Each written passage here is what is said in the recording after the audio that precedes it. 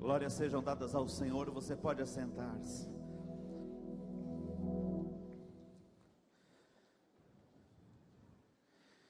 Que dia lindo o Senhor já nos tem dado. Que vitórias o Senhor já tem mostrado na vida do seu povo e daqueles que estão desejosos de seguir. Hoje pela manhã recebemos novos irmãos, tanto por carta, por aclamação, irmãos que de outros lugares estão vindo para congregar, entendendo esse tempo de Deus na sua vida, mas também uma festa muito grande, muito linda, porque recebemos irmãos pelo batismo e ouvimos testemunhos poderosos daquilo que Deus tem feito. Amém, igreja? Eu quero convidá-lo a abrir a sua Bíblia no livro de Mateus, no capítulo 16, e a festa continua espiritual, porque hoje vamos participar da ceia do Senhor. Estamos a uma semana da comemoração daquilo que nós entendemos como Páscoa. A Páscoa, ela necessariamente, ela faz parte do calendário cristão, mas ela é uma festa hebraica. Mas a Páscoa tem para nós um significado muito especial. Primeiramente porque é uma festa bíblica, primeiramente porque era celebrada entre os judeus na saída do Egito, mas principalmente essa data da Páscoa, uma data que é volante no calendário judeu, nem todo ano a data da Páscoa está no mesmo fim de semana, você sabe disso, mas para nós ela tem um significado muito especial, porque foi na semana da Páscoa, foi num fim de semana da Páscoa que vários eventos que mudaram a minha história, a sua história, a história da humanidade ocorreram.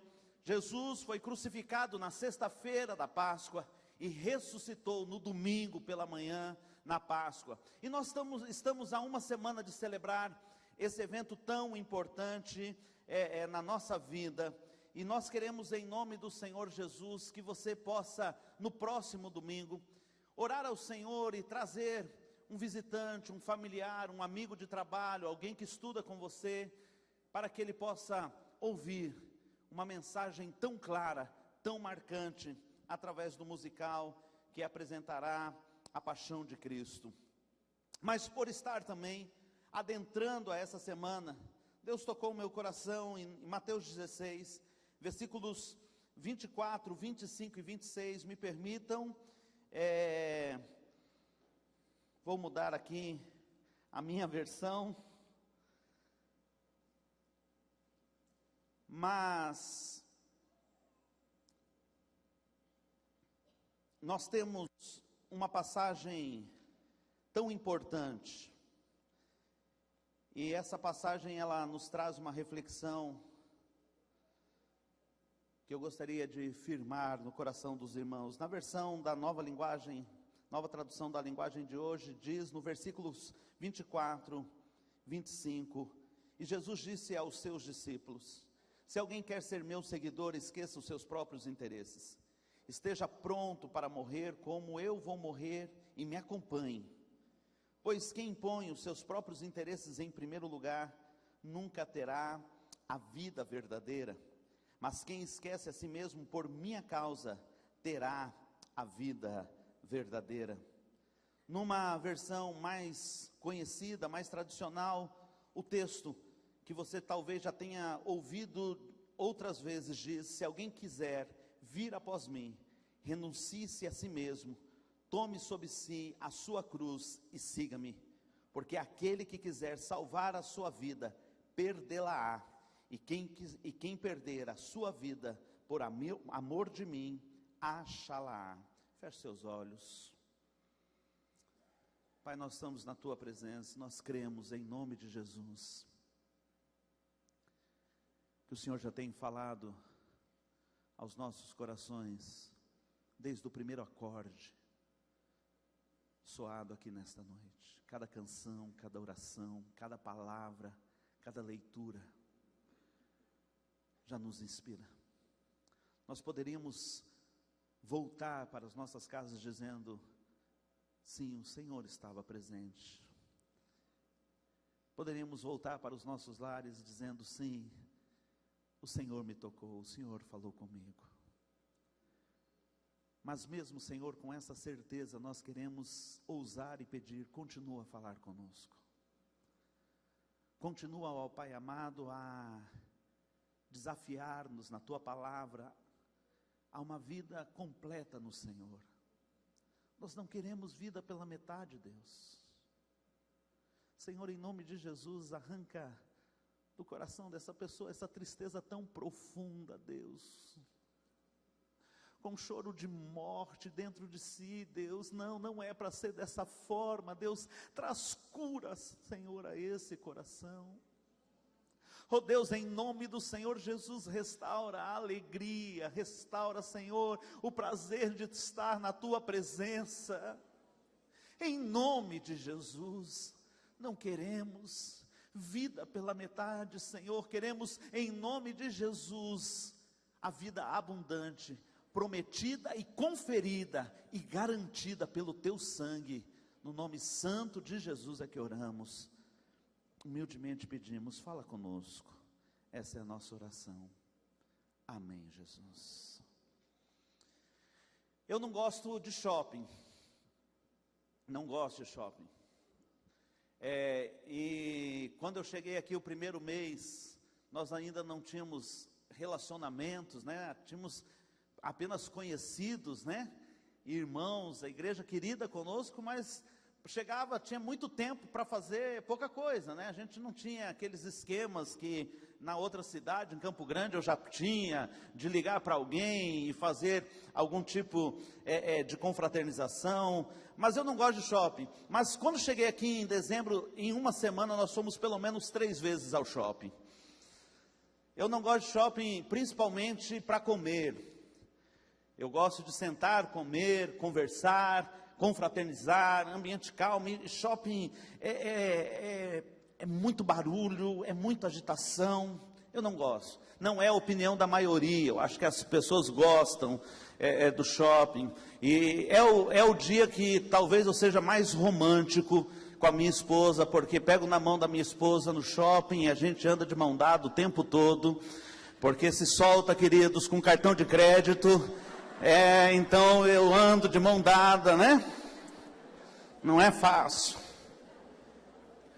Para mim, quando você fala assim, vamos ao shopping, sinal de estresse. Você espera, você tem que procurar estacionamento, você vai ter que enfrentar fila, vai esbarrar nas pessoas. Eu não gosto. Eu gosto de futebol, mas a gente, por estar longe dos grandes centros, tem pouca oportunidade de ir aos estádios. E os estádios também são assim, né? Lotados, todo mundo ali empolgado, e as pessoas torcendo para o seu time. Mas o estádio, numa grande partida, também é um lugar assim de estresse. E um dia eu estava conversando com um amigo. Nós estávamos saindo, era um sábado à noite, e passamos em frente de alguns lugares, shopping, passamos em frente de alguns bares, e a nossa conversa era o seguinte: por que esses lugares são tão lotados? E como que muitas vezes é difícil encher um culto ou uma reunião de oração, não é verdade?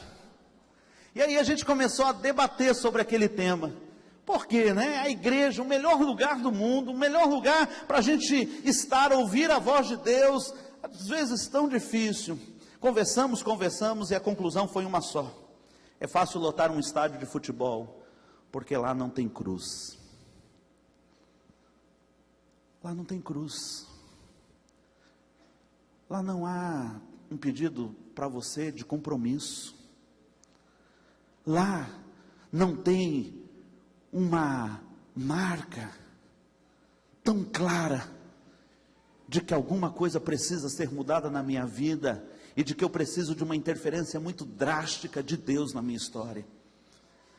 Como evangélicos, nós utilizávamos pouco a figura da cruz. Há um bom tempo atrás, as igrejas privavam de colocar nas suas fachadas, na logomarca, alguma coisa, algo da cruz, porque pela utilização até mesmo da igreja católica, não só da cruz, mas do crucifixo completo com Jesus ali, nós evangélicos preferimos não usar. Quantos são aqui dessa época que a gente usava pouca cruz, não é assim? E na logomarca da igreja onde eu era pastor, a cruz, assim como aqui, é uma marca bem significativa, é uma marca bem central. E nós estávamos colocando uma logomarca, cerca de 5 metros na fachada da igreja, e estavam passando 2 jovens, enquanto a logomarca estava sendo instalada, e eles ficaram ali olhando, e eu percebi, pelo jeito de falar, pelo jeito da conversa, até mesmo o jeito de vestir, que eram crentes. E a gente que já tem experiência nisso, já fiquei sabendo também, só no jeitão, que eram pentecostais.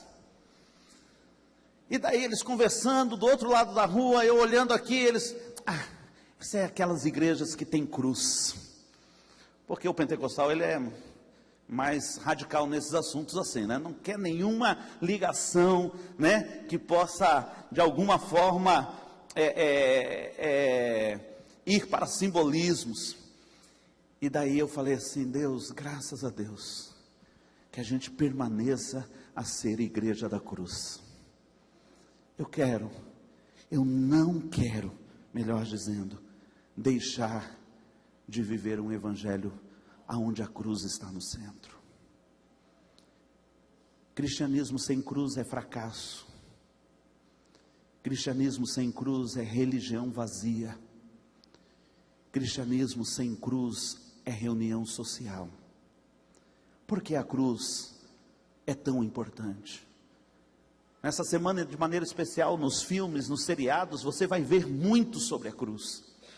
Mas é no livro de Mateus, no capítulo 16, e eu quero que você acompanhe, a sua Bíblia fica aberta, porque é neste capítulo que nós vamos ver a cruz de uma maneira tão poderosa. Nós vamos entender por que no cristianismo é necessário a experiência da cruz. Por que Jesus deixa tão claro: tome a sua cruz e siga-me. O começo do texto é um pedido dos fariseus, versículo 1, diz o texto: chegando-se os fariseus e os saduceus para o tentarem, pediram-lhe que lhes mostrasse algum sinal do céu. Aqueles homens chegam diante de Jesus e dizem: olha, se você é Messias mesmo, se você é um profeta mesmo, nos mostre um sinal. Nos apresente um sinal que dê evidência de que você realmente seja este Cristo, esse ungido do Senhor. Bem, irmãos, livro de João nos diz, o Evangelho segundo João nos diz, que se fossem relatados, se fossem computados, se fossem registrados todos os milagres e sinais que Jesus havia operado, não caberiam em todos os livros. Não era falta de sinal. Jesus, no verso 4, responde: uma geração má e adúltera pede um sinal, mas nenhum sinal lhe será dado, senão o sinal do profeta Jonas, e deixando-os, retirou-se.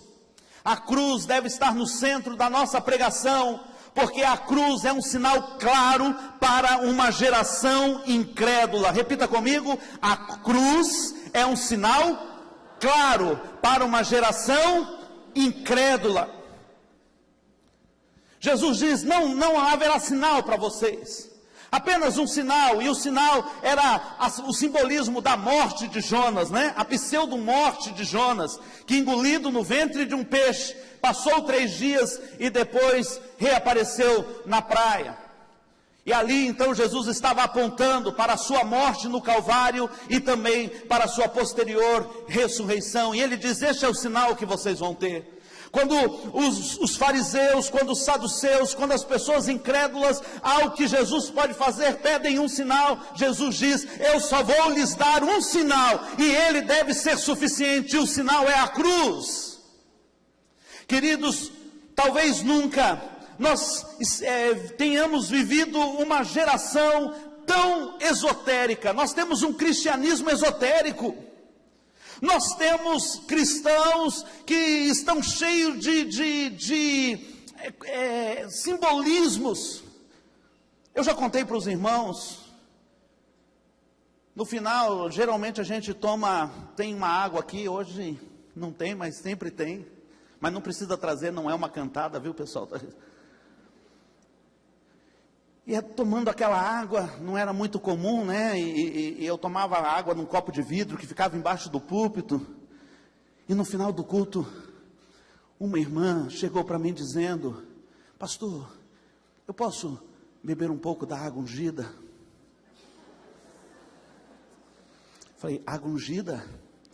Não, aquela que o senhor usa no culto. Eu falei: não, irmão, aquela é uma água babada, não é ungida. Parece brincadeira. Parece brincadeira, mas nós estamos, queridos, eu acredito na unção de enfermos com o óleo, e oro ungindo, nós vamos em tempo oportuno, dar estudo sobre isso para a igreja. Eu creio em todos os preceitos e recomendações que a Bíblia faz. Alguém diz: pastor, vem aqui e unge o meu carro. Eu falo: não unjo, eu não unjo coisas. A Bíblia tem recomendações específicas da unção de óleo. Eu não saio aí ungindo porta. Irmão, eu quero ungir você, para você dirigir com consciência seu carro. Mas eu não acredito nesse misticismo bíblico que as pessoas têm criado. Algumas igrejas especialistas em fazer esse tipo de coisa, e vai se arrastando uma vida espiritual de campanha em campanha, longe da cruz. Cheio de simbolismo, cheios de amuletos. Bíblias abertas no Salmo 91, no Salmo 23. Mas com a vida sem um comprometimento profundo com o cristianismo, que começa a partir da cruz. Evangelho fraco, evangelho líquido, evangelho que é capaz de acreditar em tantos amuletos gospel que nós temos por aí, mas que muitas vezes não é pagador das contas em dia, que não honra a esposa, que não dá exemplo na própria sala de aula. Evangelho que reúne, levanta a mão, pede a Deus a sua bênção, a sua intervenção, pula, dança, canta emotivamente, mas não tem compromisso com a cruz. A cruz para Jesus é o tema central. Eu acredito nos milagres, eu acredito nas curas, eu acredito no poder manifesto, eu acredito nos dons do Senhor operando na vida da igreja, eu acredito numa igreja poderosa em obras e cheias do Espírito Santo, mas ela nasce a partir da cruz. E Jesus está dizendo: vocês querem um sinal? Não haverá sinal para vocês nesse tempo. O único sinal é a cruz. Ou vocês começam a caminhada a partir da cruz, ou vocês saibam que o primeiro passo do evangelho é dizer não a si mesmo, e dar o senhorio completo ao Senhor Jesus, ou nada feito.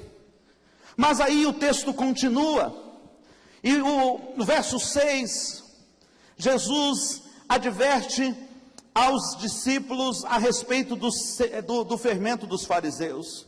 Jesus disse-lhes: adverti, acautelai-vos do fermento dos fariseus e dos saduceus. Vamos lá, versículo 6. A palavra do Senhor diz, a partir do versículo 5: quando os discípulos atravessaram para o lado leste do lago, esqueceram de levar pão, e Jesus disse: fiquem alertas, tomem cuidado com o fermento dos fariseus e dos saduceus. Aí os discípulos começaram a dizer uns aos outros: ele está dizendo isso porque esquecemos de trazer o pão. Jesus ouviu o que eles estavam dizendo e perguntou: por que vocês estão conversando por não terem pão? Como é pequena a fé que vocês têm? Ainda não entenderam? Vocês não lembram dos 5 pães que eu parti para 5.000 homens? Quantos cestos vocês encheram? E aqueles 7 pães para 4.000 homens? Quantos cestos vocês encheram? Vocês não entenderam que eu não estou falando a respeito de pães? Tenham cuidado com o fermento dos fariseus e dos saduceus. Então os discípulos entenderam que ele não estava dizendo que tivessem cuidado com o fermento usado no pão, mas com o ensinamento dos fariseus e dos saduceus. A cruz deve estar no centro da nossa crença, porque ela é um sinal de fé para uma religiosidade morta. A cruz é um sinal de fé para uma religiosidade morta. Sabe, queridos, aqueles homens tinham vivido 2 multiplicações poderosas, poucos pães e poucos peixes alimentando multidões. Eles estavam num barco com quem? Com Jesus, aquele que havia multiplicado todas aquelas coisas. E aí Jesus faz um alerta espiritual. Jesus faz um alerta, dá um sinal espiritual para eles: olha, não se contaminem, não se deixem levar, não se inflem naquele fermento dos fariseus. Eles falaram: já sabemos, Jesus já sacou que a gente esqueceu de trazer pão, e está já dando um toque para a gente. Esse é o jeito de Jesus cobrar. Olha, esquecemos do pão. E Jesus diz: gente, eu multipliquei para 5.000, para 4.000, vocês acham que eu estou preocupado se a gente tem pão ou não no barco? Os fariseus colocaram em torno dos mandamentos, dos 10 mandamentos, 613 ensinos, 613 regras. Algumas delas eu relacionei aqui 3. Proibiam que se cuspisse no chão bruto no dia do sábado, para que o ato de cuspir no chão agitasse a poeira, o que poderia ser considerado como estar arando a terra. Não cospe no chão, porque é um trabalho. É como se você estivesse arando a terra. Segundo, as mulheres não deveriam se olhar no espelho em dia de sábado, para que, se visse algum cabelo branco, não fossem tentadas a arrancá-lo, o que seria trabalho. Essa é uma boa dica. Sua viagem não poderia durar mais do que 1 quilômetro entre a ida e a volta. Se você fosse sair de casa, você tinha que entrar lá no GPS e ver, entre ir e voltar, vai dar mais de 1 quilômetro, eu não posso sair. Isso só em relação ao sábado. Há tantos outros preceitos, há tantas outras regras. E eles transformaram aquele Deus do deserto, o Deus que enviou 10 pragas, o Deus que abriu o mar vermelho, o Deus que fez chover pão, o Deus que cobria durante o dia com uma nuvem e à noite com uma coluna de fogo, o Deus que transformou águas amargas em águas doces, o Deus que fez sair a água da rocha, o Deus que fez tantos e tantos feitos entre o povo no deserto, aquele Deus de relacionamento vivo. O povo chega para Deus em algum momento no deserto e diz: Senhor, nós estamos cansados de comer. Era um milagre de Deus, toda manhã amanhecia o chão cheio de maná para que eles recolhessem e tivessem a sua provisão. Deus, nós estamos cansados, já estamos enfadados desse cardápio, faz algo diferente. Deus manda um bando de codornizes e vai sobre o arraial e cai para que eles pudessem comer uma carne diferente naquele dia. Esse Deus do relacionamento, que até muitas vezes satisfaz os nossos próprios desejos não tão essenciais, eles transformaram no Deus da religião. Eu imagino a entrada, hoje pela manhã nós falamos, hoje seria no calendário cristão o domingo de Ramos, o dia em que Jesus entra pelas portas de Jerusalém. Irmãos, imagine a cena, está o povo todo nas ruas de Jerusalém, e aquela gritaria, e Jesus entrando num jumentinho, e as pessoas lançando as suas capas, e balançando as folhas de palmeiras, os ramos, e estavam ali todos gritando, adorando, salmodiando o Senhor, provavelmente o Salmo 118, que nós lemos hoje no culto pela manhã, e eles cantavam: Hosanas, bendito aquele que vem em nome do Senhor, a nossa sorte foi mudada, o Deus de prosperidade nos visitará, bendirei ao Senhor, anunciarei ao Senhor, bendito o que vem em nome do Senhor. E esse era o canto que se ouvia em Jerusalém. Lá no templo estavam reunidos alguns homens, entendidos da lei e da palavra.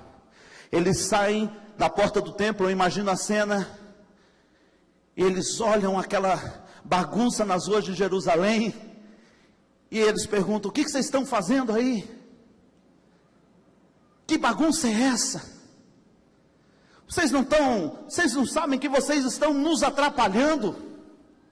Vocês não perceberam que vocês estão nos atrapalhando? Sabe o que nós estamos fazendo aqui dentro do templo? Nós estamos estudando sobre o Messias. Nós estamos estudando o poder, como o Messias vai mudar a nossa história. Queridos, essa cena não é uma cena bíblica, é o meu pensamento. Porque muitas vezes é assim que nós estamos. O Senhor está fazendo na rua, o Senhor está fazendo no seu povo, o Senhor está fazendo nos lugares mais improváveis, e muitas vezes nós estamos tão amarrados pela nossa religiosidade, e Deus não faz mais,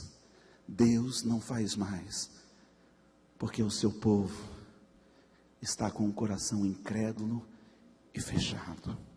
Deus é Deus de relacionamento. Deus é Deus de relacionamento. Ele não é Deus de uma religião. Deus não é batista, Deus não é presbiteriano, Deus não é assembleiano. Deus é Deus de cada uma das pessoas que Ele criou. Deus não é Deus dos crentes. Ele não é propriedade dos crentes. A palavra do Senhor no livro de Apocalipse capítulo 4, eis que eu vi como assentado no trono, como de quem não se tem igual, só Ele reina sobre todo o universo. É Ele, Deus soberano. É o Deus que chama João na ilha de Patmos, no dia em que ele está em desespero, e diz: sobe aqui, eu vou te mostrar as coisas que irão acontecer. É o Deus, queridos, que manda o seu anjo para visitar Agar no meio do deserto,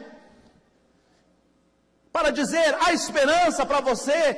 Mas se Deus não tivesse feito isso, se Ismael não tivesse sobrevivido, olha, tantas coisas não teriam acontecido, porque Deus ama os que estão assentados aqui com a mesma intensidade, com a mesma profundidade daquele que cometeu crime horrendo, aquele que está atrás de umas grades, aquele que até mesmo renuncia o seu nome, aquele mesmo que blasfema contra o seu nome. Deus o ama de forma poderosa, e nada do que eu possa fazer para que Deus me ame mais, e não há nada de errado que eu possa fazer para que Deus me ame menos, porque Ele é Deus, porque Ele não muda, porque Ele está sobre todas as coisas. E a única coisa que Ele diz para mim: eu quero com você um relacionamento, e este relacionamento começa na cruz. Começa na cruz. Terceiro, versículo 21. O texto diz: daí em diante Jesus começou a dizer claramente aos discípulos: eu preciso ir para Jerusalém, e ali os líderes judeus, os chefes dos sacerdotes e os mestres da lei farão com que eu sofra muito, e eu serei morto, e no terceiro dia serei ressuscitado. Você conhece bem essa parte? Ela começa com Jesus fazendo uma pergunta. Nós estamos no capítulo 16 de Mateus, queridos. Jesus pergunta para os discípulos: o que estão falando de mim por aí? Uns estão falando que você é Elias, outro um grande profeta. E Jesus muda a pergunta e diz: e vocês que estão andando comigo, o que vocês dizem a meu respeito? A resposta vem pela boca de Pedro. O apóstolo Pedro responde dizendo: tu és o Cristo, o Filho de Deus vivo. Diga glória a Deus. E Jesus responde a Pedro: você falou bem, Pedro. Sobre esta pedra, não era sobre Pedro, a pedra que Jesus estava falando era a palavra que Pedro havia declarado. Sobre este fundamento, Pedro, sobre esta palavra, que eu sou o Cristo, é sobre esta palavra que eu vou edificar a minha igreja. Não foi a carne, ou o entendimento, ou o estudo que te revelou isso, mas isso que você acabou de dizer, Pedro, foi revelado pelo Espírito Santo. São as palavras de Jesus. Daí Jesus começa a falar que vai para Jerusalém, que vai morrer, que vai ser preso. O que Pedro diz? De maneira nenhuma. De maneira nenhuma. Vamos ver o que o verso 22 diz? Então Pedro o levou para um lado e começou a repreendê-lo, dizendo: que Deus não permita, isso nunca vai acontecer com o Senhor.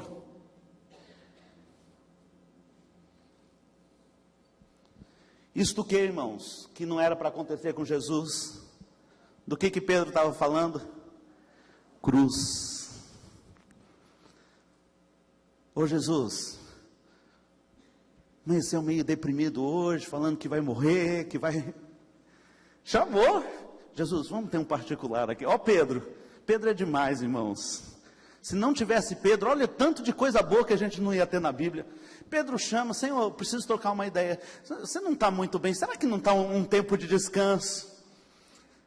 Olha, tem um spa ali na Galileia, mas é assim, é joia, passa uns dias lá, refaz as forças, isso aí, Senhor, isso aí não é para acontecer. Isso o que, Pedro? Esse negócio de cruz aí, olha, tira isso do script.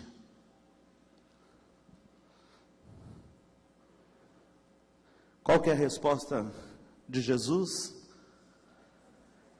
Para trás de mim, Satanás. Irmão, o homem tinha acabado de ser usado pelo Espírito Santo. Agora Jesus está dizendo: para trás de mim, Satanás. Vamos ler lá o texto? Sai da minha frente, Satanás, versículo 23. Você é como uma pedra no meu caminho, para fazer com que eu tropece, pois está pensando como um ser humano pensa, e não como Deus pensa. A cruz era o projeto inicial, e ela está no centro, porque ela é um sinal de compromisso. Em primeiro lugar, ela é um sinal claro para uma geração incrédula, ela é um sinal de fé para uma religiosidade morta, mas a cruz também é um sinal de compromisso para aqueles que tropeçam. Você quer voltar e firmar a sua vida espiritual? Não é um programa da igreja que vai garantir isso.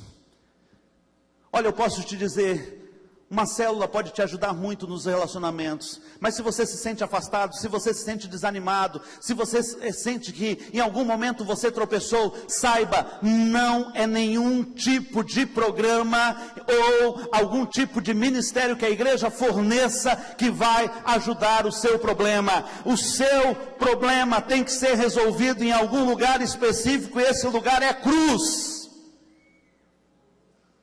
Precisa entender que ela é o centro de tudo o que Deus quer fazer.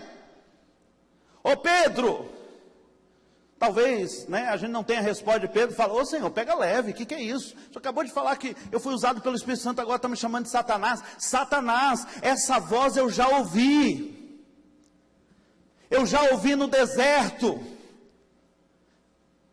Essa voz, essa proposta, eu já ouvi no deserto, quando Satanás, diante de mim, diz: olha, me adora aqui, e eu vou te dar todas as coisas no mundo. Satanás já estava oferecendo glória sem cruz, já estava oferecendo glória sem cruz, e Deus, o Senhor Jesus disse: não, isso não.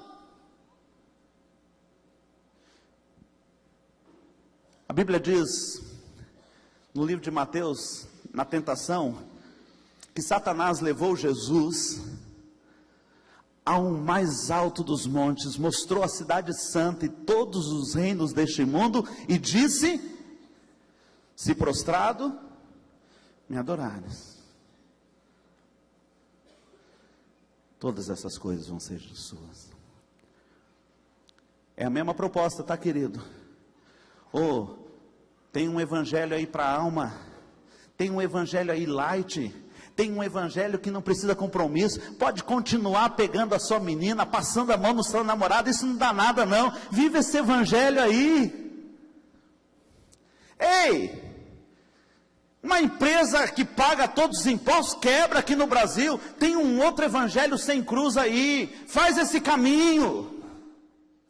Ei! Para que estudar, cara? Você é crente. Olha, além de não precisar estudar, você ainda pode pedir uma força para Deus no dia da prova, do vestibular, do Enem, falando: Senhor, vê o teu servo. Mas enquanto isso, dá um jeitinho aí, tem evangelho sem cruz, uma coladinha. Ninguém vai para o inferno porque colou, velho.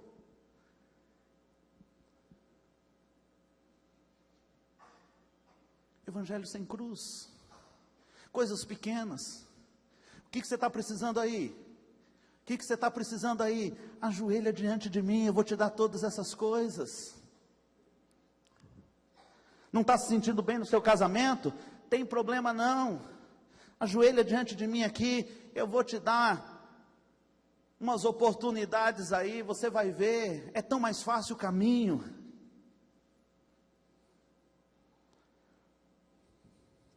A cruz fazia parte do plano de Deus. Jesus veio para morrer. Jesus não respondeu naquele momento para Satanás dessa maneira lá no deserto. Mas a resposta dele veio muito tempo depois. Lembra aquele monte em que você me ofereceu todos os reinos deste mundo? Bem, você foi para o monte errado. Porque o monte aonde eu vou ter todos os reinos do mundo chama-se Gólgota, e é numa cruz que eu vou conquistar toda a autoridade no céu e na terra. Por fim, verso 24. Então Jesus disse aos seus discípulos: se você quer ser meu seguidor, esqueça os seus próprios interesses. Esteja pronto para morrer como eu vou morrer e me acompanhe. Agora Jesus vai para o tudo ou nada, porque a quarta lição que eu tenho sobre a cruz é de que ela é um sinal de vida, para quem está disposto a perder a própria vida. Há um nível mais profundo que o compromisso? Será que existe um nível mais profundo do que o compromisso? Jesus diz sim, há. E o nível mais profundo é o nível da entrega e da rendição total. Os discípulos perguntam para Jesus, isso no texto correlato ao texto que nós estamos, lá em João capítulo 6. Senhor, nós deixamos tudo por tua causa, o que nós vamos ganhar com isso? Pergunta errada. Porque a pergunta é correta, Senhor, o que nós precisamos deixar para ganhar a tua vida? Esse texto, ele está sinótico, ele está correlato ao texto de João. E quando Jesus começa a dizer que ele é o pão da vida, que sem ele as pessoas não podem ter salvação, diz que a multidão se afasta de Jesus. E quando Jesus vê que todos os seguidores estão indo embora, ele olha para os 12 e pergunta: vocês também querem ir? Quem que responde? Pedro. E o que Pedro responde? Para quem iremos nós? Se só o Senhor, se só tu tens as palavras da vida. Com Jesus a cruz é trono. Com Jesus a cruz é trono. Quando ele estava lá na cruz, Satanás ainda tentou. Diz o texto, os guardas que estavam ali diziam: desce da cruz. As pessoas que passavam por ali, cuspiam no seu rosto e diziam: desce da cruz. Os religiosos, não és tu que derruba o templo e reedifica em 3 dias? Se você é esse todo-poderoso, desce da cruz e salva-te a ti mesmo. Sim, Jesus poderia descer da cruz e salvar a si mesmo, mas foi só na cruz que ele ganhou poder e autoridade e nome sobre todo nome, para ganhar a mim e a você. Era disso que ele estava falando. Eu vou me perder todo, e ao me perder todo, e assumir todo o pecado sobre mim, ao ponto, em algum momento, eu e o Pai não termos comunhão nenhuma. Eli, Eli, lama sabachthani. Pai, Deus meu, por que me desamparaste? Ruptura total entre o Filho e o Pai, para que eu e você tivéssemos esperança de vida. Ele perdeu tudo, para que eu e você tivéssemos tudo de volta. Era plano. E eu quero concluir dizendo: antes do Senhor Deus dizer, haja luz, Ele disse, haja cruz. Antes de criar a mim, a você e toda a humanidade, Ele já sabia que íamos errar. Apocalipse 13:8 diz: o Cordeiro que foi morto antes da fundação do mundo. Antes. Quando Deus estava para nos criar, na sua onisciência, sabia da nossa queda, mas queria alguém que pudesse se relacionar livremente com Ele. Por isso criou, diferente de tudo, alguém que fosse imagem e semelhança. E por ser imagem e semelhança, ter livre-arbítrio, poder de escolha, o homem escolheu pecar. Deus já sabia, e antes de formar o mundo, já havia na Trindade a decisão de que Jesus Cristo deveria morrer pelos nossos pecados. Mesmo assim, para Ele valia a pena. Antes de Deus dizer, haja luz, Ele disse, haja cruz, porque eu quero aqueles que eu amo de volta para casa. Esse é o novo e vivo caminho. Cristianismo sem cruz não existe. Cristianismo sem compromisso, cristianismo sem fé, cristianismo sem vida, cristianismo sem cruz não existe. Cristianismo é deixar tudo lá e crer que quando colocamos tudo na cruz, a garantia de que Ele está no controle e que todas as coisas irão contribuir para o bem daqueles que o amam. A certeza de que não tem nada na minha vida que eu deposite no seu altar, aos pés da sua cruz, que eu não receba 100 vezes mais, aqui e na eternidade. Essa é a certeza da cruz. É o caminho mais difícil, mas é o único caminho para relacionamento com Deus. Amém? Feche seus olhos.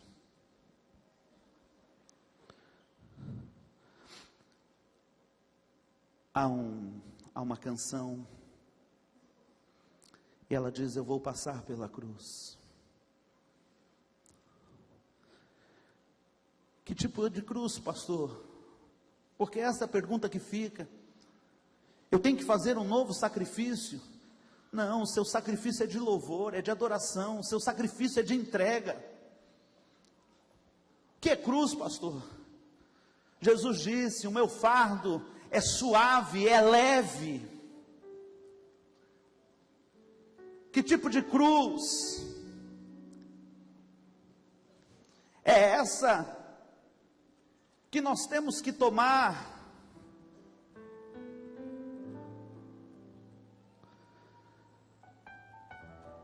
Queridos, é muito simples.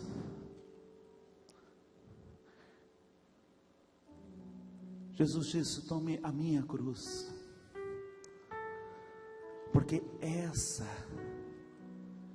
já foi carregada, essa já recebeu todos os pecados e já foi lavada com o sangue. A única coisa que resta para você é dizer: vivo não mais eu, mas Cristo vive em mim.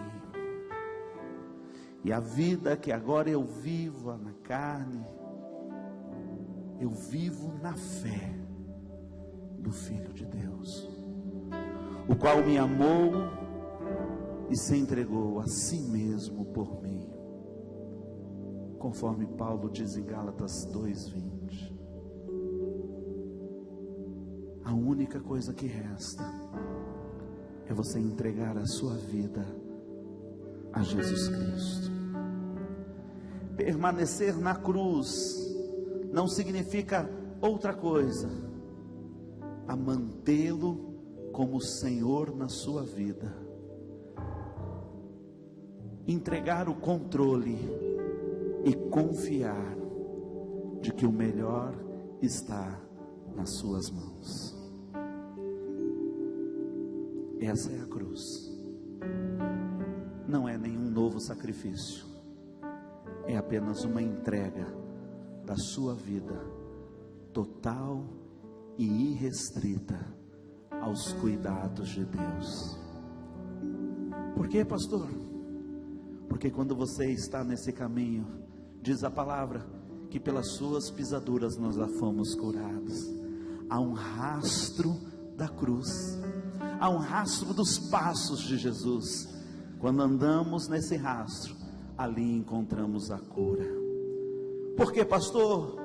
Porque o castigo que nos traz a paz já foi sobre ele.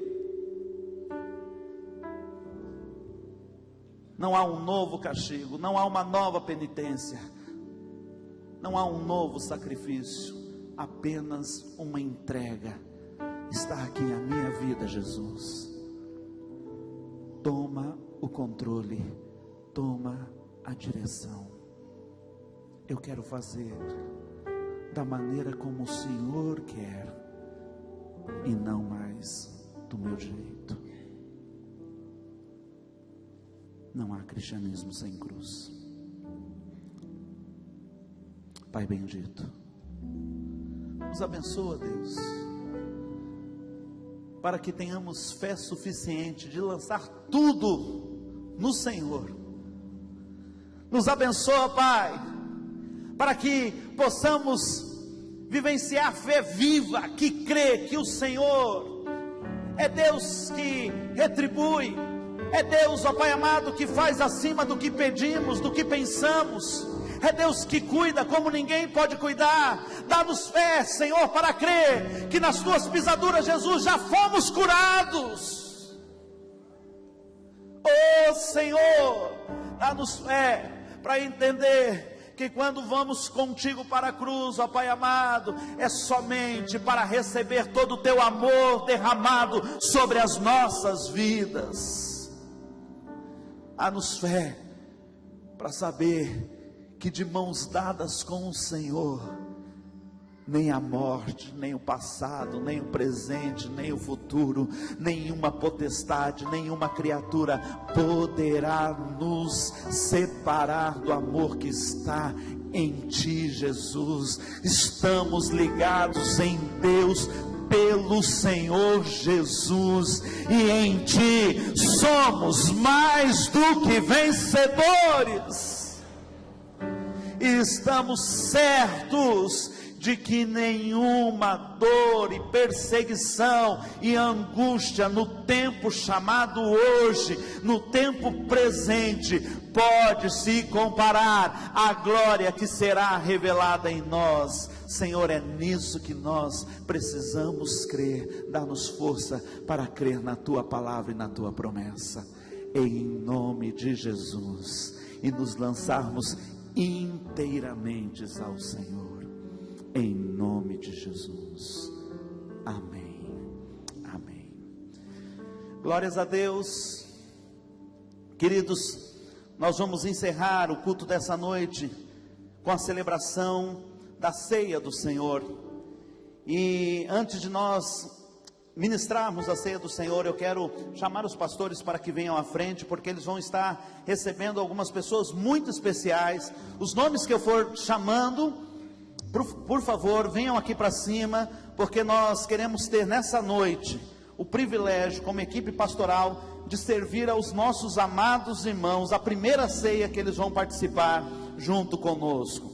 Da Rede Connect, a irmã Aline, a Maria Angélica, o Mateus, a Beatriz, a Gisele e a Priscila. Rapidamente venham aqui para frente, e a igreja assim vai recebê-los com uma salva de palmas e um glória a Deus. Rede Connect, a Aline, a Maria Angélica, o Mateus, a Beatriz, a Gisele e a Priscila. Da Rede Integração, a Juscelia, a Maria Elisete, a Gisele e a Laura.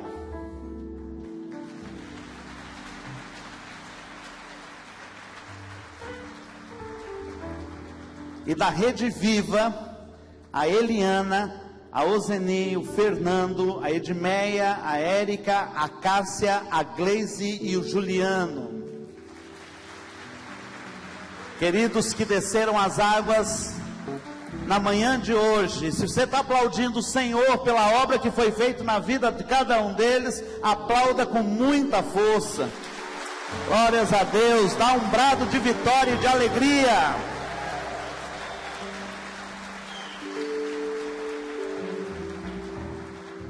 Glórias ao nome do Senhor.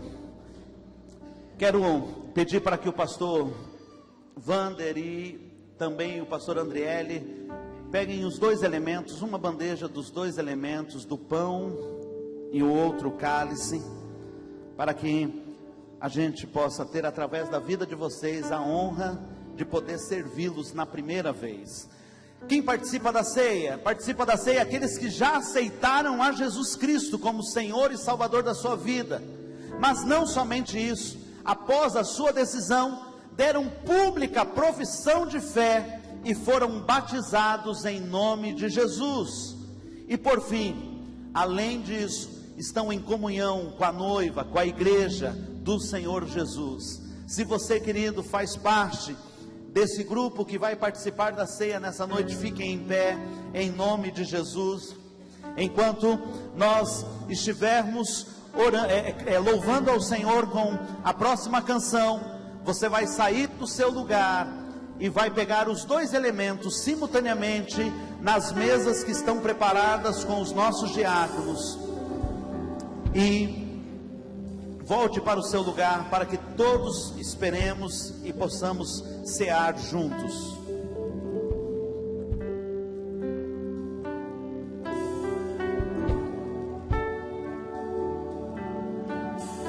Eu sei que foi pago um alto preço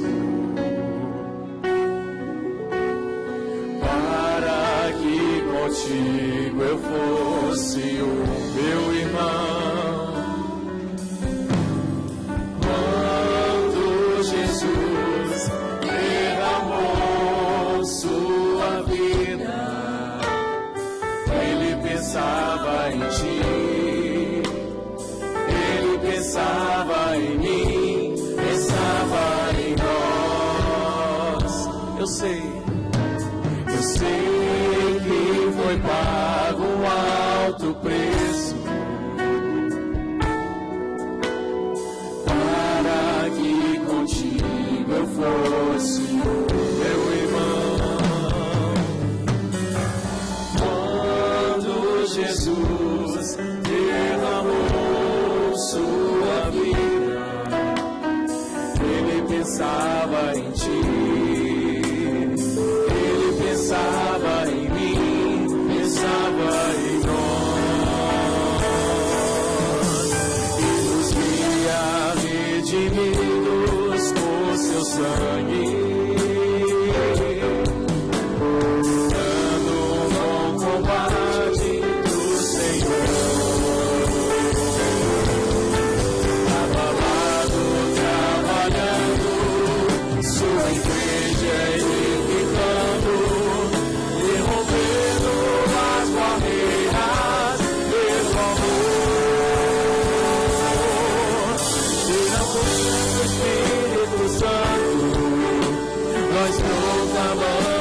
aqui e pagaremos o preço de sermos o só coração do Senhor.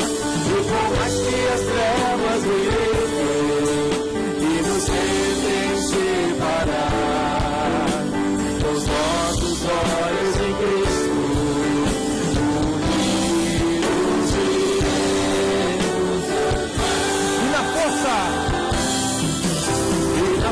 do Espírito Santo nós proclamamos aqui e pagaremos o preço de sermos o só coração do Senhor.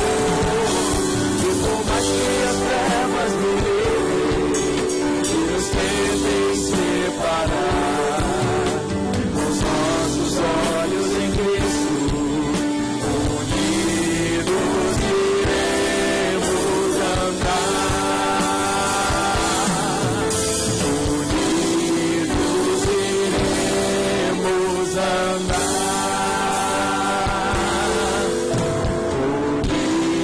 Unidos iremos andar.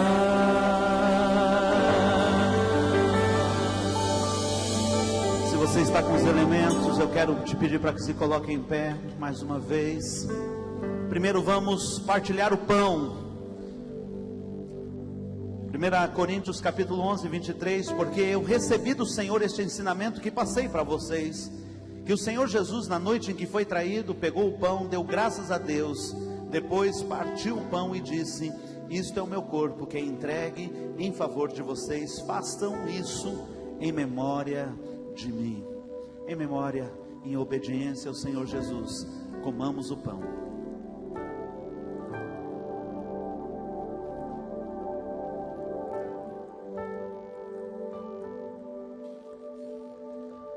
Assim também, depois do jantar, ele pegou o cálice e disse: este cálice é a nova aliança. Repita comigo: nova aliança.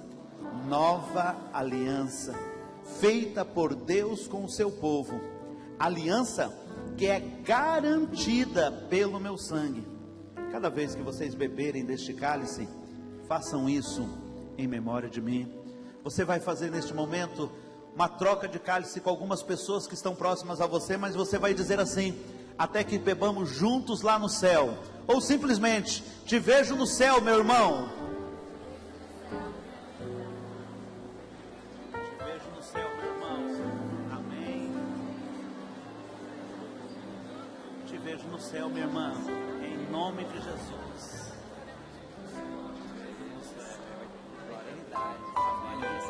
Glória a Deus. Glórias a Deus. Irmão, não vale olhar para o irmão e dizer: vai primeiro. Não é para falar assim. Mas a verdade é de que haverá um dia que não vai ser nem o pastor, nem os diáconos que vão estar servindo, mas todo o seu povo diante do noivo, os anjos em festa. Ah, que celebração! Aquele dia, dia especial. E a palavra do Senhor diz: é garantida pelo meu sangue. Sabe o poder do sangue naquela tarde de sexta-feira? É o mesmo poder hoje que transforma a minha e a sua vida, nos liga como irmãos. Eu quero te dizer, eu sou teu irmão de sangue mesmo, porque é o sangue de Jesus que nos garante, amém? Conforme a ordem do Senhor Jesus, bebamos o cálice e louvemos ao nome do Senhor.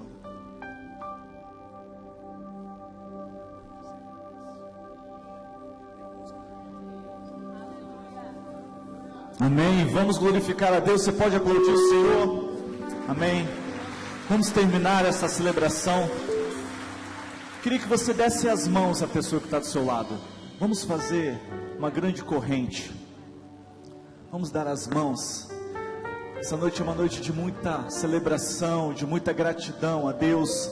Se você puder abrir os seus lábios e começar a agradecer a Deus, porque nessa noite o nosso memorial é de tudo aquilo que Deus fez. O nosso coração está agradecido pelo amor de Deus. Se você puder abrir os seus lábios e agradecer, fala: Deus, obrigado por essa noite, obrigado por aquilo que o Senhor derramou sobre nós, obrigado pelo teu renovo sobre as nossas vidas. Deus, nós te louvamos, ó Deus, porque o teu nome foi exaltado, o teu nome foi glorificado aqui neste lugar, ó Pai. Deus, obrigado, Deus, por aquilo que o Senhor derramou sobre a vida de cada pessoa, sobre a vida de cada irmão, sobre a vida de cada família aqui representada. Deus, nós te louvamos, ó Deus, porque o teu nome, ó Deus, foi exaltado, Jesus, porque nós reconhecemos aqui, ó Deus, a tua mão, o teu cuidado, o teu milagre sobre cada um de nós, ó Pai. Ó Deus, obrigado, Deus, porque o Senhor morreu naquela cruz, mas o Senhor ressuscitou para nos dar uma vida plena, uma vida de liberdade, uma vida de alegria, uma vida de cruz, mas, ó Deus, uma vida verdadeira.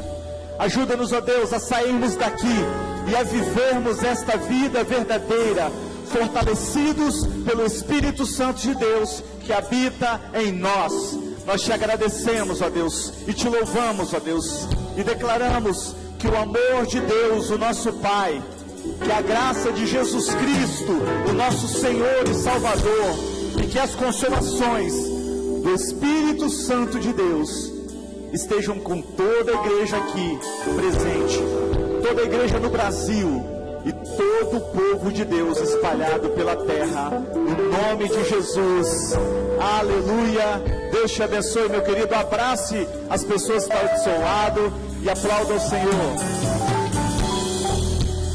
Queridos, deixa eu lhe fazer um reforço muito importante. Nós estamos há poucos meses do encontro com Deus para mulheres. As inscrições estão abertas, e se você tem uma irmã, a mãe, uma amiga que você quer abençoar, procure a direção do encontro com Deus, Zaldino, Cleide, a equipe, e faça rapidamente a inscrição. Levitas, que voltem a todo vapor para as reuniões, para que a gente possa ter um tremendo encontro neste ano. Deus o abençoe.